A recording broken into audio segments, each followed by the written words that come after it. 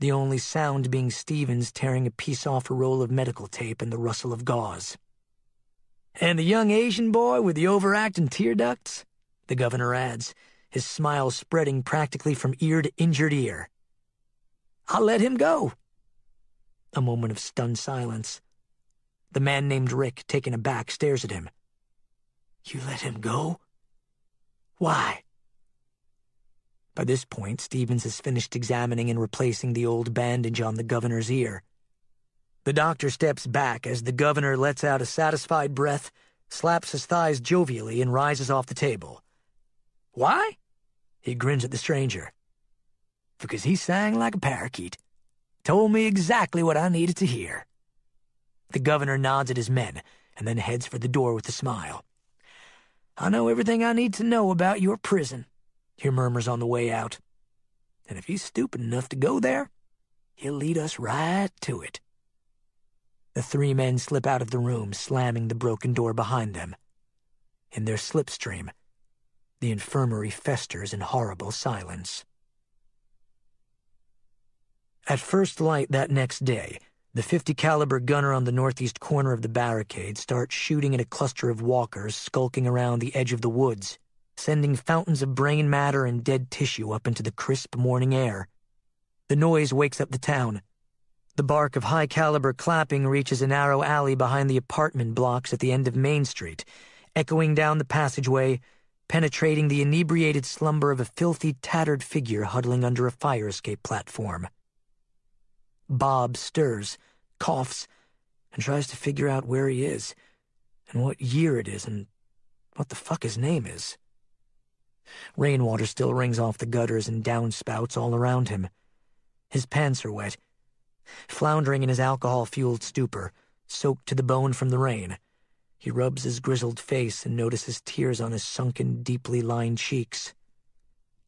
Was he dreaming of Megan again?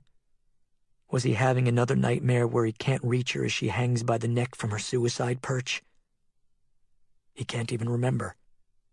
He feels like crawling into the garbage dumpster next to him and dying, but instead, he struggles to his feet and staggers down the alley toward daylight.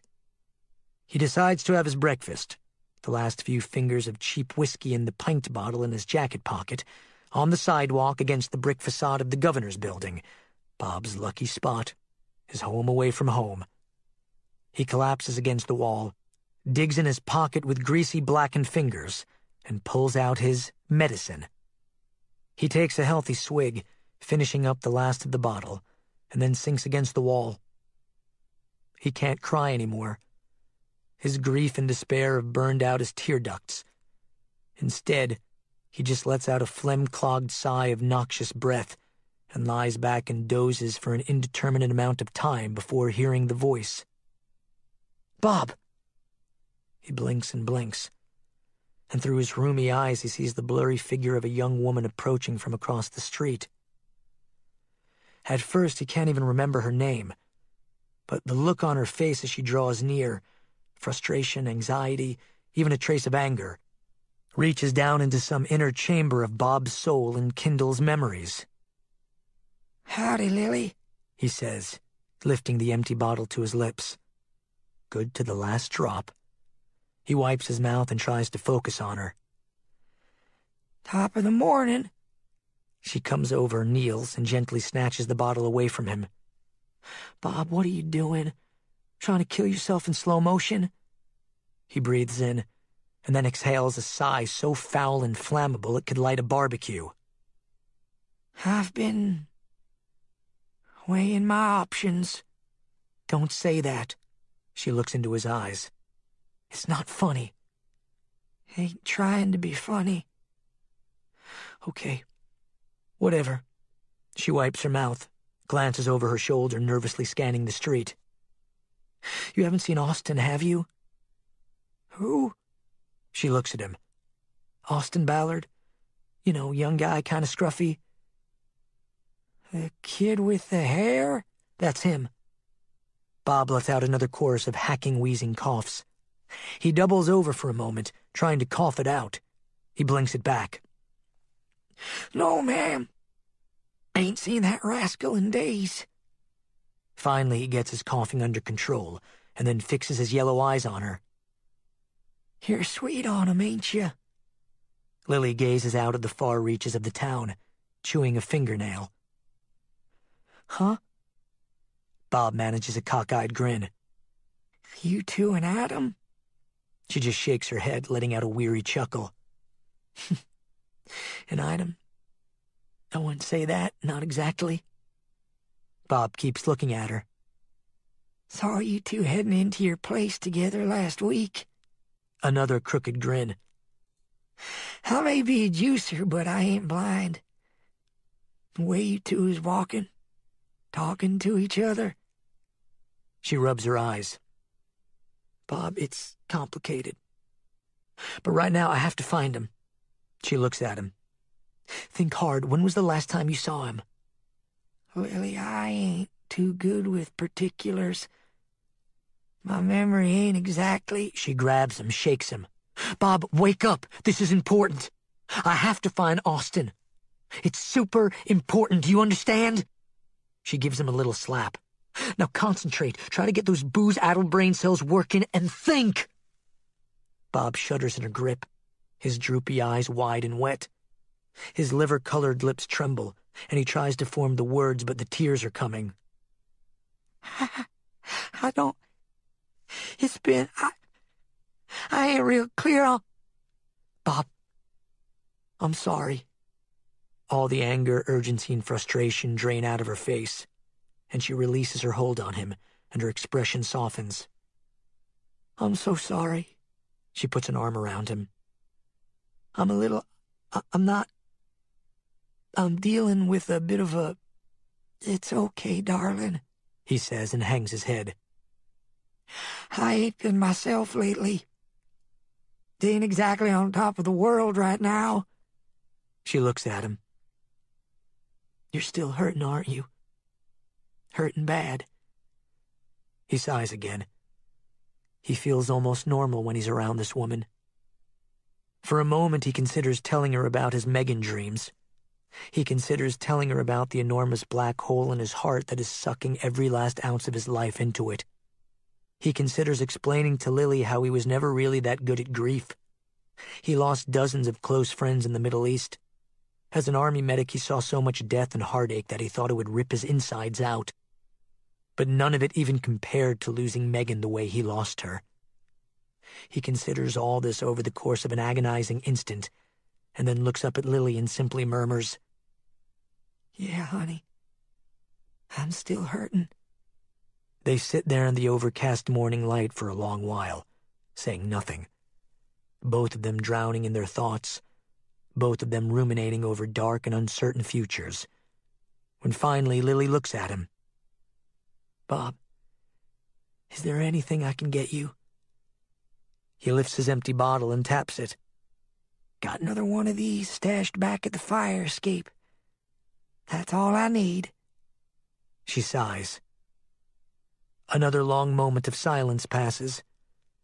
Bob feels himself drifting again, his eyelids getting heavy. He looks up at her. "You seem a little out of sorts, darling," he says.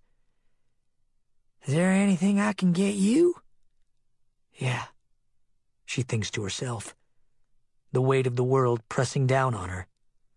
"How about a gun and 2 bullets so Austin and I can finish each other off?" Chapter 12.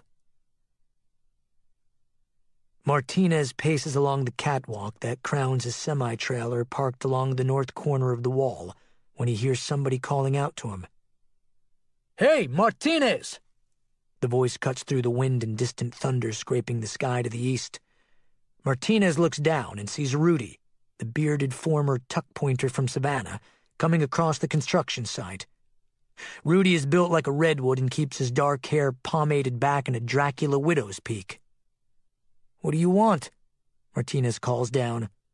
Dressed in his trademark sleeveless shirt, bandana, and fingerless racing gloves, the lantern-jawed Martinez carries a Kalashnikov with a banana clip and sawed-off stock.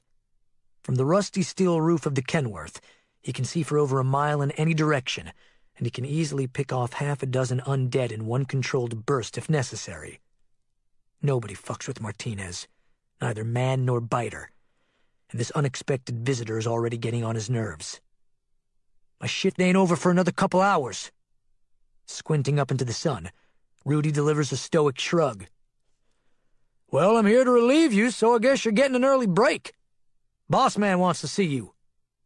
Shit, Martinez mutters under his breath, in no mood to go to the principal's office this morning. He starts climbing down the side of the cab, grumbling softly. What the hell does he want? Martinez hops off the running board. Rudy gives him a look. Like he's gonna tell me? Stay alert up there, Martinez orders, gazing out through the narrow gap in front of the truck, surveying the flooded fields to the north. The farmland is deserted, but Martinez has a bad feeling about what lies out there behind the distant dark pillars of pine. It's been quiet so far today, but that usually never lasts. Rudy gives him a nod and starts climbing up the side of the cab. Martinez strides away as Rudy's voice trails after him. You gonna watch the fight today? Let's see what the governor wants to see me about first, Martinez mumbles, passing out of Rudy's earshot. One fucking thing at a time. It takes Martinez precisely 11 minutes to cross town on foot, pausing a couple of times to kick the asses of workmen loitering in the nooks and crannies of Merchants' Row, some of them already passing flasks at 2 o'clock in the afternoon. By the time Martinez reaches the governor's building, the sun has broken through the clouds and turned the day as humid as a steam room. Sweat breaks out on the big Latino as he slips around back and climbs the wooden decking to the governor's back door. He knocks hard on the jamb. Get your ass in here, the governor greets him, pushing open the storm door. Martinez feels the flesh on his neck crawling as he enters the sour atmosphere of the kitchen. The place smells of grease and black mold, and something putrid underneath. A pine-scented car deodorizer hangs over the sink. What's going on, boss? Martinez says, putting his assault rifle down, leaning it against the lower cabinet. Got a job for you, the governor says, running water into a drinking glass. This apartment is one of the few left in Woodbury with working plumbing, although the tap often spews brown, rusty well water. The governor guzzles the water. He wears a shop-worn wife-beater over his sinewy upper body, his camo pants tucked into his combat boots.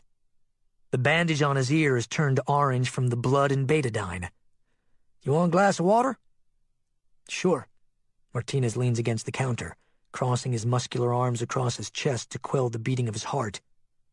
He already doesn't like where this is going. In the past, people sent on the governor's special assignments have ended up in pieces. Thanks. The governor fills another glass and hands it over. I want you to go see this Rick character, and I want you to let slip how disgruntled you are with the way things are going around here. Pardon? The governor looks the man in the eyes. You're fed up, you understand? Not really. The governor rolls his eyes. Try to keep up with me, Martinez. I want you to get to know this prick. Gain his confidence. Tell him how dissatisfied you are with the way the town's being run. I want to take advantage of what's going on in that fucking infirmary. What's going on in the infirmary? This prick is wooing Stevens and his little cocker spaniel of a nurse. These strangers seem like decent people to them. They seem nice, but don't you fucking believe it. They bit my fucking ear off. Right? They fucking attacked me, Martinez. They want our town, they want our resources, and they'll do anything to fucking get them. Trust me on this. They will do anything. And I will do anything to prevent that from happening. Martinez drinks his water, nodding, thinking it over. I get it, boss. The governor goes over to the back window and peers out at the muggy afternoon. The sky is the color of spoiled milk. No birds are evident anywhere. No birds, no planes, nothing but endless gray sky. I want you to go in deep, he says in a low, somber voice. He turns and looks at Martinez. I want you to try and get them to take you back to this prison they live in. They live in a prison? This is news to Martinez. Did one of them talk? The governor gazes back outside. Very softly, in a low voice, He tells him about the prison coveralls on the men under their riot gear and the logic of it. The perfect logic. "We got a few jailbirds in town," he says finally. "I asked around. There's 3 or 4 state prisons within a day's drive, one in Rutledge, one down in Albany, one over in Leesburg. It would be a hell of a lot better if we could pinpoint the location without a bunch of road trips." He turns and looks at Martinez. "You follow me?" Martinez nods. "I'll do what I can, boss." The governor looks away. A beat of silence passes and the governor says, "Clock's ticking, Martinez. Get to work. One question." "What is it?" Martinez measures his words. "Let's say we find this place." "Yeah?" Martinez shrugs. "Then what?" The governor doesn't answer. He just continues staring out at the empty sky. His expression is mean and desolate as the plague-ridden landscape. The dominoes begin falling that afternoon, the seemingly random sequence of events unfolding with the dark implications of atomic nuclei colliding. At 2:53 p.m. Central Standard Time, one of the governor's best fighters, a lanky former truck driver from Augusta named Harold Abernathy, pays an unexpected visit to the infirmary. He asks the doctor to get him ready for that day's fight. He wants his bandages removed so he looks badass for the crowd. With the stranger named Rick looking on, Stevens reluctantly begins working on Abernathy, unwinding gauze and removing the man's myriad bandages from earlier bouts, when all at once a 4th man bursts into the room, his baritone voice booming, "Where's that fucker? Where is he?" Eugene Cooney, a toothless, tank-shaped man with a shaved head, goes straight for Harold, snarling and spitting something about Harold not pulling his punches out there. And now Eugene has lost his last viable front teeth, and it's all Harold's fault. Harold tries to apologize for getting a little carried away out there with the crowd, and all but according to the crazed bald man, sorry ain't gonna cover it, and before anybody can intercede, Eugene pulls a nasty-looking buck knife and goes for Harold's throat. In the chaos, the blade slices through Harold Abernathy's neck and severs his carotid artery and sends gouts of blood flinging across the tile walls in a gruesome display. Before Stevens has a chance to even react or even begin to stanch the bleeding, Eugene Cooney is turned on his heels and made his exit with the casual satisfaction of a slaughterhouse worker bleeding a pig. "Fucker," he comments over his shoulder before lumbering out of the room. News of the attack and Harold's subsequent death from massive blood loss wends its way across town over the course of that next hour. Word passes from man to man on the wall until it reaches the governor at exactly 3:55 p.m. Central Standard Time. The governor hears about it on his back deck, peering out through his storm door and listening to Bruce calmly recount the incident. The governor absorbs the report stoically, thinking it over, and finally tells Bruce not to make a big deal out of it. He should not alarm the townspeople. Instead, he should spread the word that Harold Abernathy succumbed to internal injuries sustained in the fights, because Harold was a trooper and gave his all and was almost kind of a hero, and also because these fights are the real thing, and people should remember that. Bruce wants to know who will replace Harold in that day's match, which is scheduled to begin in little over an hour. The governor says he has an idea. At 4:11 p.m. that afternoon, the governor leaves his apartment with Bruce at his side and proceeds across town to the racetrack, which is already beginning to fill up with early birds eager for the day's festivities to begin. By 4:23 p.m., the 2 men have descended 2 flights of stairs and passed through thousands of feet of narrow cinder-block corridor to the last stall on the left side of the lowest sublevel. Along the way, the governor explains his idea and tells Bruce what he needs. At last, they reach the makeshift holding tank. Bruce unlatches the rolling door, and the governor gives a nod. The shriek of ancient casters pierces the silence as Bruce yanks the door up. Inside the dark, squalid chamber of greasy cement and mold, the slender brown-skinned figure tied to the far wall lifts her head with every last scintilla of her strength, her dreadlocks dangling across her ravaged face. Hate as incandescent as fire kindles again in the pits of her almond eyes, the laser-hot stare peering through strands of hair as the governor takes a step toward her. The door bangs shut behind him. Neither one of them moves. The silence presses in on them. The governor takes another step closer and gets within 12 inches of her, and he starts to say something when she lunges at him. Despite her weakened condition, she comes close to biting him, so close that the governor rears back with a start, the faint clacking of her teeth and the creaking of the ropes holding tight filling the silence. "Right. You're gonna bite me, and then what?" the governor says to her. Nothing but a faint hiss of air comes out of her mouth, her lips peeled away from her teeth in a grimace of pure, unadulterated hatred. "How do you think you can get out of here?" he says, leaning toward her so that their faces are centimeters apart. The governor drinks in her rage. He can smell her, a musky odor of sweat and cloves and blood, and he savors it. "You really should just stop struggling. Things would be so much easier on you. Besides, last time you almost broke your wrists. We don't want that, do we?" She locks her serpentine gaze on him, the bloodlust in her eyes almost feral.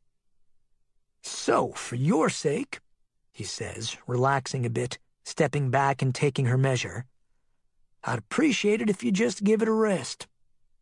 But enough about that." He gives the moment a dramatic pause. "We've got a bit of a problem. Well, you've got a huge problem, and depending on your definition, I've got plenty of problems. But what I mean is, I've got a new problem, and I need your help." Her face holds its cobra stillness, its laser focus on the governor's dark eyes. "I've got a fight scheduled today in the arena, a big one." He takes on the flat tone of a dispatcher ordering a taxi. "A lot of people are supposed to be coming, and I just lost a fighter. I need a replacement, and I want it to be you." Something glints now behind the woman's veiled expression. Something new in her shiny eyes. She says nothing, but cocks her head at him, almost involuntarily as she absorbs his every word. "Now, before you start spouting out that I would never do anything for you, and who the fuck do you think you are to ask me anything, I want you to consider one thing." He gives her a hard look. "I am in the position to make your life easier." For a fleeting instant, a grin crosses his features. "Hell, a bullet is in the position to make your life easier. But still, I can't help you." She stares at him, waiting, dark eyes blazing. The governor smiles at her. "I just don't want you to lose sight of that." He glances over his shoulder at the door. "Bruce!" The rolling door jerks, and a gloved hand appears under the edge. Bruce yanks the door up, letting in the cold, naked light of the corridor. The big man holds an object that catches the light, the steel edge gleaming with an almost liquid radiance. The woman on the floor fixes her gaze on the object in the black man's hand. The scabbard is missing, but the glorious sword, exposed in the dim light, calls out to the woman like a homing beacon. The style originally created for samurai in the 15th century, hand-forged today by only a handful of master swordsmiths. The katana sword is pure steel poetry. With its long blade as gracefully curved as a swan's neck and its handle grip wound with hand-beaded snakeskin, the weapon is both a work of art and a precision instrument of death. The sight of the thing simultaneously stiffens the dark woman's spine and sends goose flesh down her arms and legs. And all at once, all of her rage, all of the searing agony between her legs, all of the white noise in her mind goes away, replaced by the innate need to get her hands around that perfectly balanced grip. The presence of the thing so transports her, so mesmerizes her, that she barely hears the voice of the monster continuing to jabber at her. "I would like to give this to you," he is saying. "I'm sure you'd like to have it." His voice fades as the weapon grows more and more radiant to the woman, the shimmering crescent of steel a sliver of new moon eclipsing everything else in the cell, in the world, in the universe. "You're going to be fighting a man," the monster explains, his voice fading into nothingness. "And to the crowd, well, you're going to need to appear to have the advantage. People don't like watching guys beat the shit out of girls. A pause here. I know. I don't get it either. I guess if you're coming at him with a sword, it'll be okay for him to clip you a good one with a baseball bat. In the woman's traumatized brain, the sword seems to almost be softly humming now, vibrating, gleaming so brightly in the gloomy enclosure it appears as though it has caught fire. In return, you get a full week of rest, the monster is saying. And food, and maybe even a chair or a bed. I'll have to look into it. The monster's shadow looms over her now. To be honest, our little relationship has been pretty exhausting. I need a break. He looks at her with an obscene grin on his face. This is okay because, well, I'm still totally pissed off about the ear, but I feel like I've gotten at least a little payback already. A pause. And, well, the fella you're fighting tonight could kill you. In the woman's imagination, rays of celestial light seem to be flaring off the sword's chiseled tip. And I don't want you to kill this guy, the monster continues. That's the little secret we don't really tell people. Our little arena fights are more than a little staged. The danger with the biters is there, sure, but you're really not supposed to hurt your opponent too much. The tinsel of light reflecting off the weapon seems to be reaching out to the woman on the floor now, the voice in her head promising her, whispering to her, "Be patient. Just wait. Patience." "You don't have to decide now," the governor says at last, giving Bruce a nod. They head for the door, the governor muttering, "You got 20 minutes. Lily looks for Austin in every corner of the town that day. She gets worried at one point, after talking to the Stearns, that he might have lit out on his own to go find a mythical marijuana farm not far from Woodbury. Austin had talked about the place off and on, usually adopting the wistful tone of someone describing Xanadu, claiming he had heard rumors that some government medical program was farming weed for Pfizer in preparation for the legalization laws to roll out. Lily was fixing to go after him.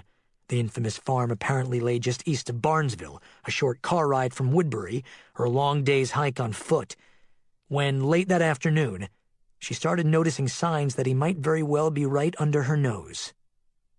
Gus mentions to her at one point that the young man was seen around noon that day, skulking through the wild thickets next to the railroad yard, searching for something, which made no sense to Lily whatsoever, but since when did Austin Ballard's movements make sense?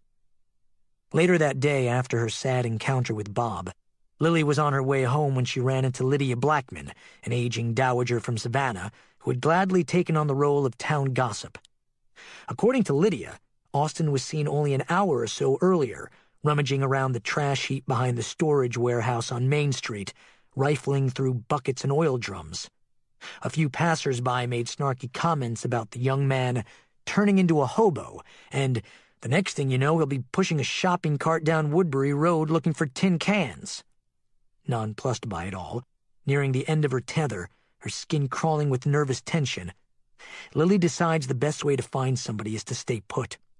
So she trudges over to Austin's apartment building on the east side of town, near the row of semi-trucks, and plants herself on the porch, which is exactly where she now sits, Indian style, her elbows resting on her legs, her head in her hands.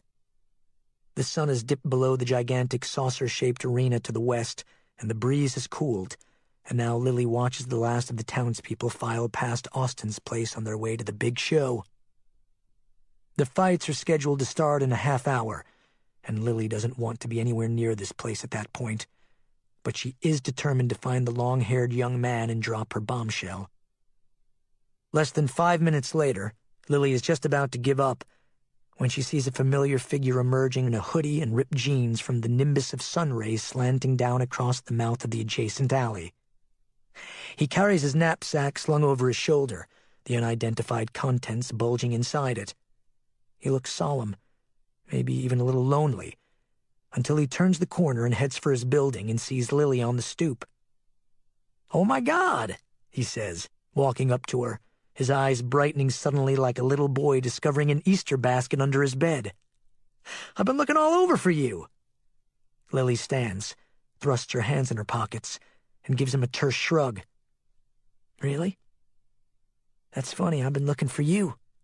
Sweet, he says, and kisses her on the cheek, carefully dropping his knapsack on the entryway steps. I got something for you. Yeah? I got something for you, too, she says, her expression blank. Austin digs in the knapsack. I was waiting for you over at your place, but you never showed up.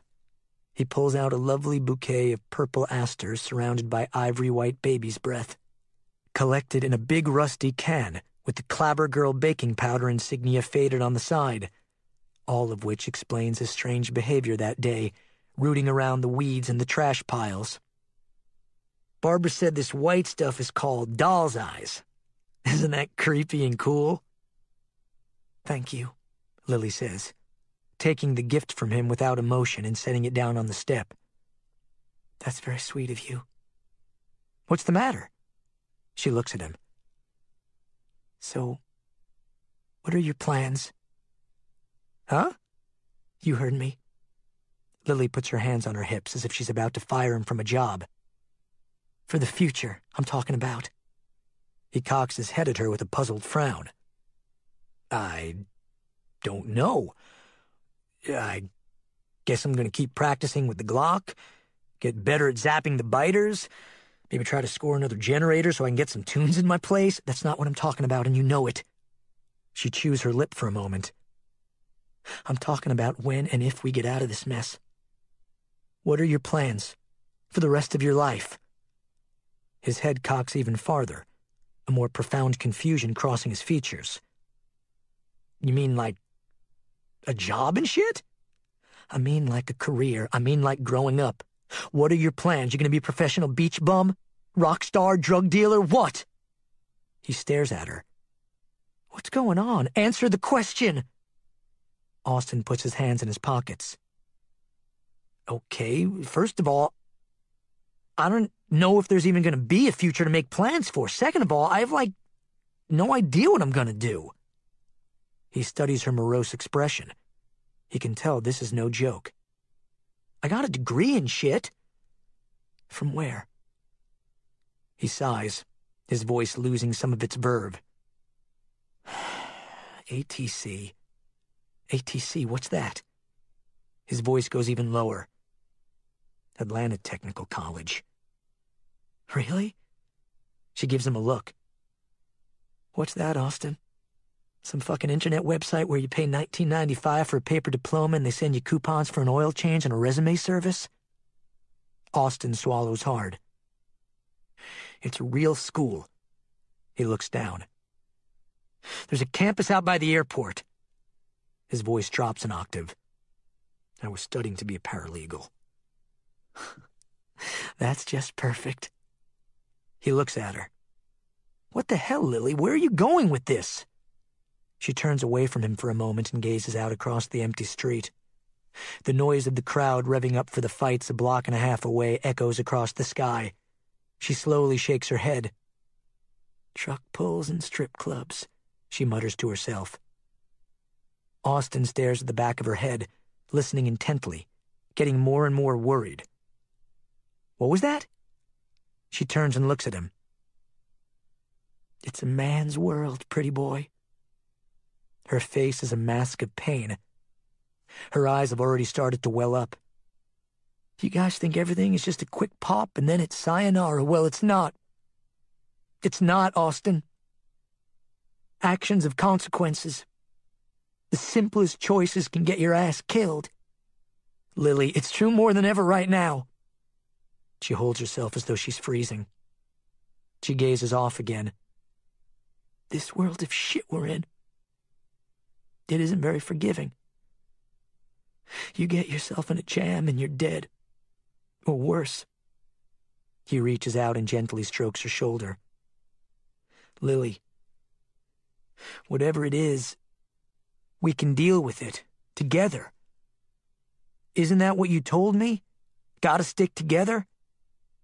Tell me what's going on. What happened? She pulls away from him and starts down the steps. I don't know what I was thinking, she says in a voice crackling with disdain. Wait, he calls to her. Lily, I can fix it. Whatever it is. She pauses at the bottom of the steps. She turns and looks at him. Is that right? You can fix it? She reaches into her pocket and pulls out a small plastic instrument. It looks like a digital thermometer. Fix this. She tosses it to him. He catches it and looks down at it. What the hell is this? Upon closer scrutiny, he sees the little window on the digital test vial and the word stamped next to it. Not pregnant, 1 line. Pregnant, 2 lines. The display shows 2 vertical lines, indicating a positive test result. Part 2. Showtime. For then shall be great tribulation, such as was not since the beginning of the world to this time, nor ever shall be. Matthew 24:21. Chapter 13.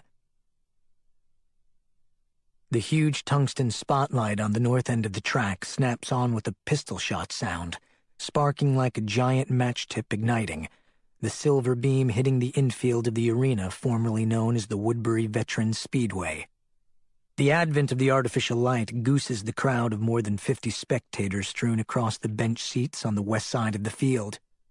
Whoops and hollers and catcalls from all ages and dispositions tumble up into the dusky yellow sky and mingle with the smell of wood smoke and gasoline on the chill air. The shadows are lengthening. Quite the turnout, The governor surveys the meager yet boisterous crowd as he leads Gabe and Bruce up the press stairs to the Crow's Nest, where local reporters and NASCAR scouts once passed bottles of Jack and chewed Red Man as they watched the controlled chaos down in the dust. Gabe and Bruce follow the governor toward the glass-encased box seats, giving him a, "Yes, sir," and "You got that right." And just as they are about to seal themselves inside their little clubhouse, a voice rings out from below. "Hey, boss!" It's a grizzled former peanut farmer in a cat hat, sitting in the back row glancing over his shoulder as the governor passes. "Better be a good one today." The governor gives him the kind of look one gives a child who's about to ride a roller coaster for the first time. "Don't worry, pal. It will be. I promise." Underneath the arena, minutes before the evening's festivities get underway, the door to the infirmary unexpectedly swings open, and a tall, handsome man with a bandana tied around the crown of his head walks in with an expectant look on his face. "Doc? Dr. Stevens?" Across the room, Rick Grimes, the ill-fated stranger, shuffles along the back wall, which is lined in second-hand medical gear.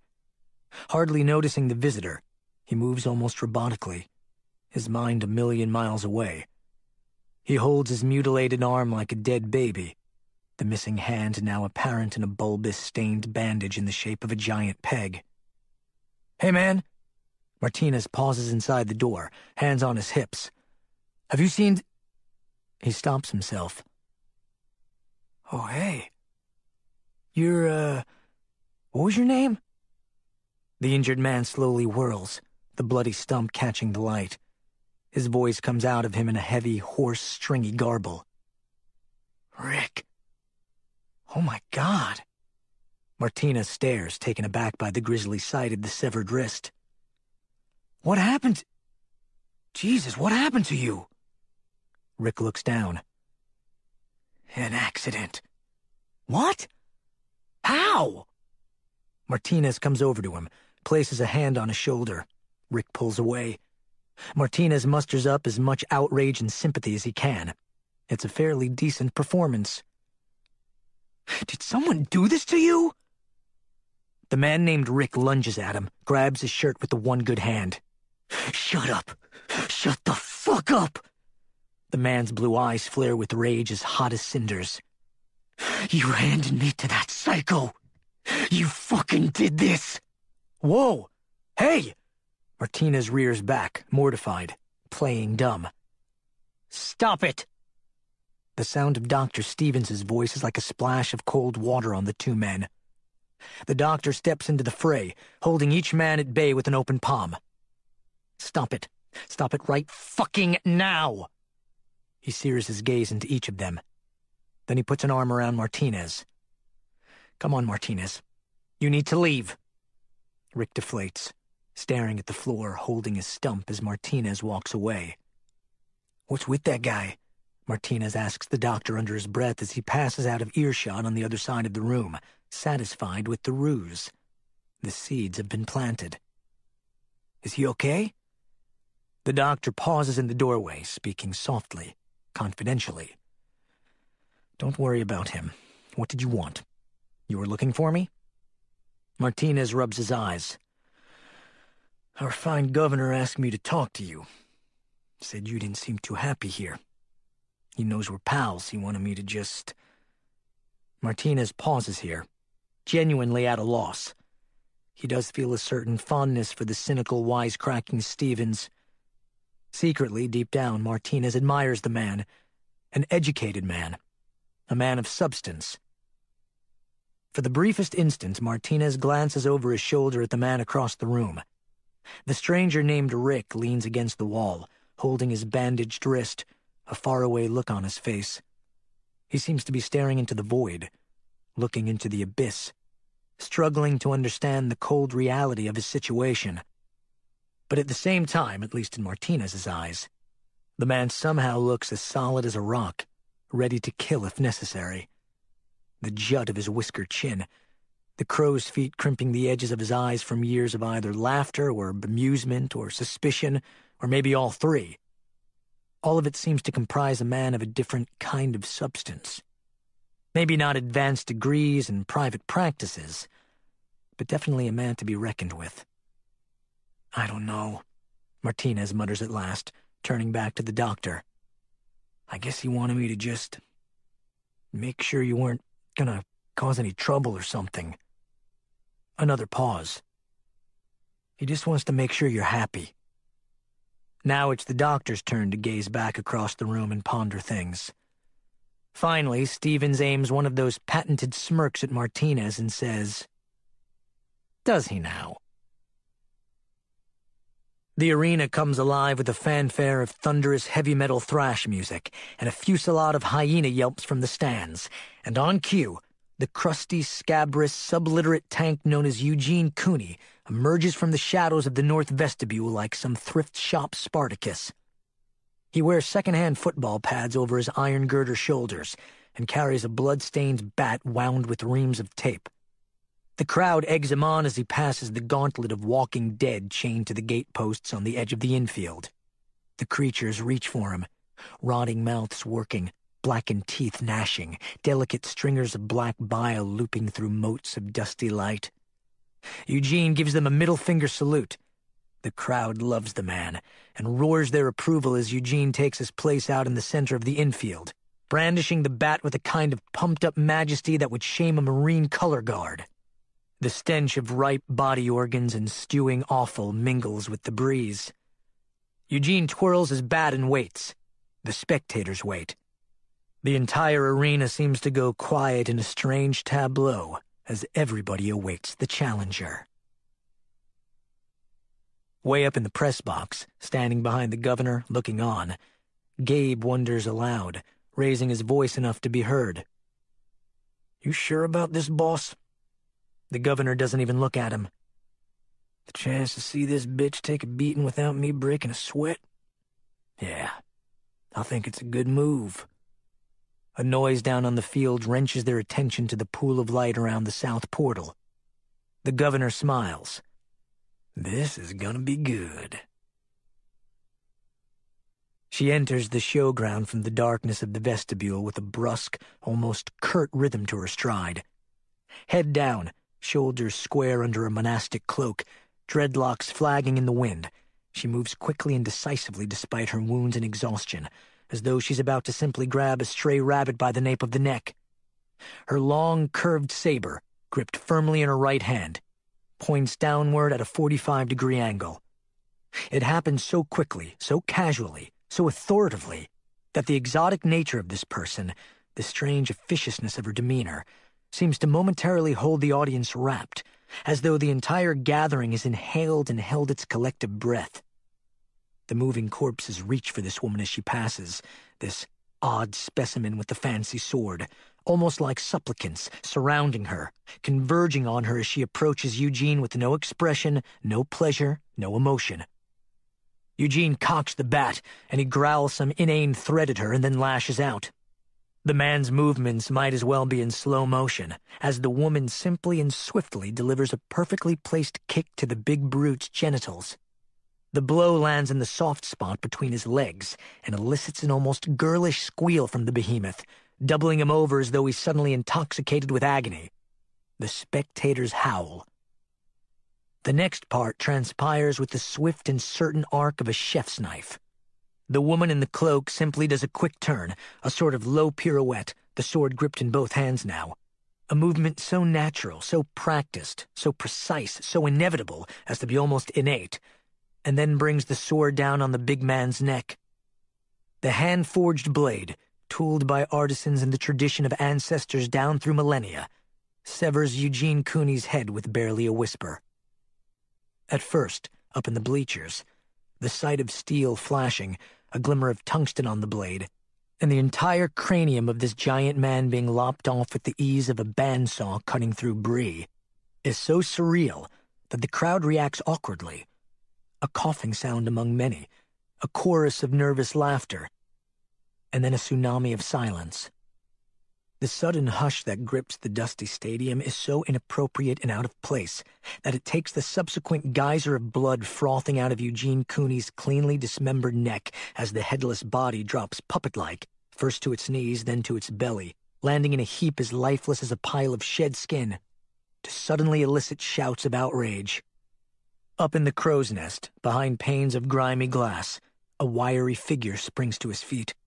The governor gapes down to the infield, teeth clenched, hissing, "What the fuck?" For a long, dreamlike moment, it seems as though a strange paralysis grips each and every person within the confines of the press box and across the stands. Gabe and Bruce move in toward the glass, clenching and unclenching their fists. The governor kicks his folding chair behind him, the metal contraption banging against the back wall. "Get down there!" The governor points at the tableau on the field. The dark Amazon with her sword poised, the circle of cadavers reaching for her, and he screams at Gabe and Bruce, "Rein those biters in and get her the fuck out of my sight!" Liquid rage courses through him. "I swear I'm gonna kill that bitch." Gabe and Bruce stumble toward the door, tripping over each other to get out. Down on the field, the woman in the cloak, nobody has yet bothered to even learn her name, unleashes her controlled fury on the ring of walking dead circling her. It begins almost as a dance. From a crouch, she spins and simultaneously swings the sword at the first walker. The sharp edge whispers through mortified neck cords and gristle, effortlessly taking off the first head. Blood and tissue bloom in the artificial light as the head falls and rolls in the dust and the body collapses. The woman spins, another head jettisons. Fluids fountain into the air. The woman spins again, zinging through another putrefied neck, another cranium flying off its ragged, bloody mooring. Another spin, another decapitation, another and another and another, until the dust is running black with cerebrospinal fluids, and the woman gets winded.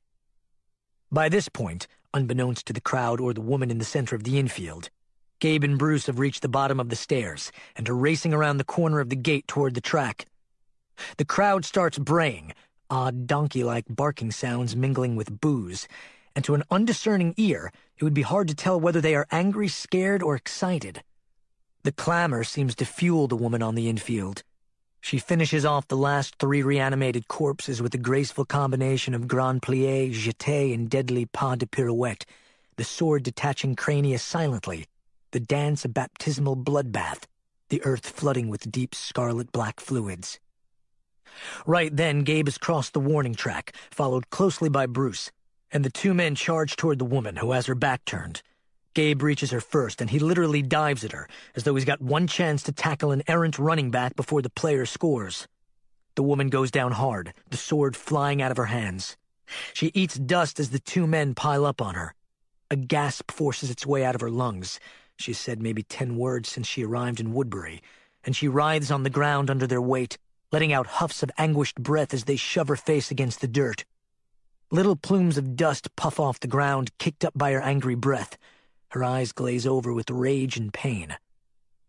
The audience is struck dumb by all this, absorbing it on a deeper level by now, and the onlookers react again in stunned silence. The hush returns to the arena and presses in on the place, until the only sound is the huffing and gasping of the woman on the ground, and a faint click coming from the crow's nest above the stands. The governor emerges, drunk with rage, fists clenching so hard that his fingernails begin to draw blood. "Hey!" A deep female voice, tobacco-cured and coarsened by hardship, calls out to him from below. He pauses on the parapet. "You son of a bitch!" The owner of the voice is a woman in a threadbare smock, sitting in a middle row between two waif-like boys in tattered clothes. She gazes up angrily at the governor. "What the hell was that shit? I don't bring my boys out here for that. I bring them to the fights for good, clean fun. That was a goddamn massacre. I don't want my boys watching fucking murder." The crowd reacts as Gabe and Bruce wrestle with the Amazon, dragging her off the infield. The audience voices its disapproval. Mutterings rise and meld into angry shouts. Most of the people concur with the woman, but something deeper drives the gathering now. Almost a year and a half of hell and starvation and boredom and intermittent terror come pouring out of some of them in a volley of shrieks and howls. "You've traumatized them!" the woman cries out between the shrieking noises. "I came here looking for some broken bones, a few missing teeth. Not this! This was way too much! Are you listening to me?" Up on the parapet, the governor pauses and gazes down at the crowd, the rage flowing through him like a brush fire gobbling every last cell, making his eyes water and his spine run cold, and deep in the folds of his brain a part of him breaks apart. Control the situation. Burn the cancer out. Burn it out now. From the bleachers, the woman sees him walking away. "Hey, goddammit! I'm talking to you! Don't walk away from me! Get back here!" The governor descends the stairs, oblivious to the catcalls and boos, making his departure with hellfire and vengeance on his mind.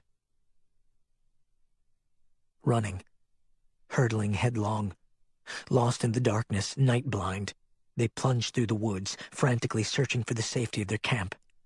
3 women, one in her 50s, one pushing 60, and one in her 20s. They flail at the foliage and tangled branches, desperately trying to get back to the circle of campers and mobile homes that lie in the darkness less than a mile to the north. All these poor women wanted to do was pick some wild blackberries, and now they're surrounded, pinned down, trapped. What went wrong? They were so quiet, so stealthy, so nimble, carrying the berries in the hems of their skirts, careful not to speak to each other, communicating only in hand gestures. And now the walkers are closing in on them from all directions, the stench rising around them, the chorus of watery, snarling noises like a threshing machine behind the trees. One woman screams when a dead arm bursts out of a thicket, grabbing at her, tearing her skirt. How did this happen so quickly? The walkers came out of nowhere. How did the monsters detect them? All at once the moving corpses blocked their path, cutting off their escape, surrounding them, the women panicking, their piercing shrieks rising up now as they struggle against the onslaught, their blood mingling with the dark purple juice of the berries, until it's too late, and the woods run red with their blood, and their screams are drowned by the unstoppable thresher. "They came to be known as the Valdosta women," Lily says with a shiver, sitting on Austin's fire escape with the blanket wrapped around her as she tells her cautionary tale. It's late, and the two of them have been sitting there for almost an hour, lingering on the platform long after the lights of the arena had begun to sequentially wink out and the disgruntled townspeople had started the long trudge back to their hovels. Now Austin sits next to her, smoking a home-rolled cigarette and listening intently to her strange story. His gut pinches with huge emotions that he can't quite parse, can't quite understand. But he needs to process it all before he makes his case, so he says nothing and just listens. "When I was with Josh and the others," Lily goes on in a voice trained of emotion, stretched thin with exhaustion. They used to say, "Be careful, and wear a sanitary napkin at all times during your cycle, and dip it in vinegar to mask the smell, or you'll end up like the Valdosta women." Austin lets out a thin, mortified breath. "One of them was having her period, I assume." "You got it," Lily says, lifting her collar and pulling the blanket tighter around her shoulders. "Turns out the walkers can smell menstrual blood like sharks. It's like a fucking homing beacon. Jesus. Lucky for me, I've always been as regular as clockwork." She shakes her head with a shiver. "The 28th day rolls around after my last period, and I make sure I'm indoors or at least somewhere safe. Since the turn started, I've tried to keep meticulous track of it. That's the one reason I knew. I was late, and I just knew. I was getting sore and swollen, and I was late." Austin nods. "Lily, I just want you to—" I don't know, she murmurs as though not even hearing him. "It would be a big deal any other time, but now in this crazy shit we're in." Austin lets her trail off, and then he says very softly, very gently, "Lily, I just want you to know something." He looks at her through moistening eyes. "I want to have this baby with you." She looks at him. A long beat of silence hangs in the chill air. She looks down. The pause is killing Austin. He wants to say so much more. He wants to prove to her that he's sincere, wants her to trust him. But the words escape him. He's not good with words. At last she looks up at him, her eyes filling up. "Me too." She utters this in barely a whisper. Then she laughs. It's a cleansing laugh, a little giddy and hysterical, but cleansing nonetheless. "God help me. I do too. I want to have it." They wrap their arms around each other in a bear hug, embracing like that for a long moment on that cold, windy precipice outside Austin's back window. Their tears come freely. After a while, Austin reaches up to her face, brushes her hair from her eyes, wipes the tears off her cheeks, and smiles. "We'll make it work," he murmurs to her. "We have to. It's a big fuck you to the end of the world." She nods, caressing his cheek. "You're right, pretty boy. When you're right, you're right. Besides," he says then, "the governor's got this place under control now. He's made this place safe for us. A home for our baby." He tenderly kisses her forehead, feeling a certainty he's never felt before in his life. "You were right all along about him," Austin says softly, holding her. "The man knows what he's doing." Chapter 14. Footsteps echo down the lower corridor under the sublevels. They close in hard and fast, coming down the stairs two at a time, moving at an angry clip, getting Gabe's and Bruce's attention in the darkness. The two men stand outside the last stall, in the shadows thrown by bare bulbs, trying to catch their collective breaths from the struggle to put the black gal back on ice. For such a skinny little thing, she puts up quite a fight. Welts arising on Gabe's ham-hock arms where the lady scratched him, and Bruce nurses a sore spot just below his right eye where the bitch caught him with an elbow. But none of it compares with the whirlwind presently coming down the narrow corridor toward them. The figure throws a long shadow as it approaches, backlit by the cage lights, pausing with fists balled up tight. "Well?" the thin man says, standing 30 feet away, voice echoing, his narrow face veiled in shadow. "She in there?" His voice sounds wrong, twisted and strangled with emotion. "Did you get her back in there? Is she tied up?" "Well?" Gabe swallows hard. "We got her back in there, man. But it wasn't easy." Bruce still breathes hard from the exertion, holding the delicate sword in his huge hands like a child holding a broken toy. Bitch is crazy, he murmurs. The governor pauses in front of them, all blazing eyes and stiff-armed bluster. Whatever, give me that fucking thing! He snatches the sword away from Bruce, who instinctively jerks with a start. Sir? He says in a low and uncertain voice. The governor huffs and grits his teeth, pacing, with the sword clenched white-knuckle tight in his hand. Where does that bitch get off?